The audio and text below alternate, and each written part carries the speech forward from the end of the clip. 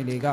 जी गुरु जी, दर्शन करके जो लोग आए थे उनके तो हमने दर्शन भी किए और ठीक है, वहाँ का जल था उससे भी स्नान किया। और दूसरा प्रश्न गुरु जी ये है, छोटा सा है वैसे बच्चों वाला प्रश्न है, लेकिन पूछ ले रही हूँ आपके आगे हो तो जैसे कि अयोध्या के लिए श्री अयोध्या नहीं कहते हैं और लंका के लिए जिसमें रावण रहता था और उसे पापी कहा जाता था ब्राह्मण।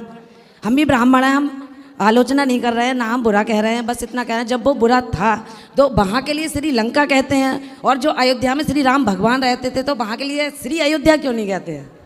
श्रीधाम अयोध्या जी कहते हैं। श्री धाम तो कहते हैं, पर ऐसा है कि लंका को लंका ही कहते थे तब तक जब तक रावण था, लेकिन जब से लंका में सीता मैया गई तो जिस देश में हमारे देश की नारी चली जाती है उस देश का नाम भी लोग आदर से लेते हैं।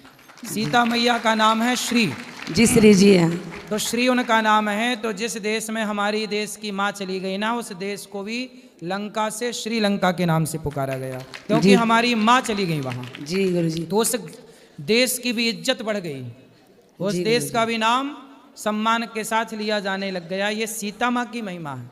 जी गुरु जी, अभी हमें कमरा रूम नहीं मिल पा रहा है अपने वृंदावन में, हम क्योंकि महंगा मिल पा रहा है तो हम ठहरने में थोड़े असमर्थ हैं, तो यहीं रुक जाना आराम से, कोई दिक्कत रुक सकते हैं गुरु जी। बस आपकी आज्ञा, बस ये चाह रहे हैं। धन्यवाद गुरु जी।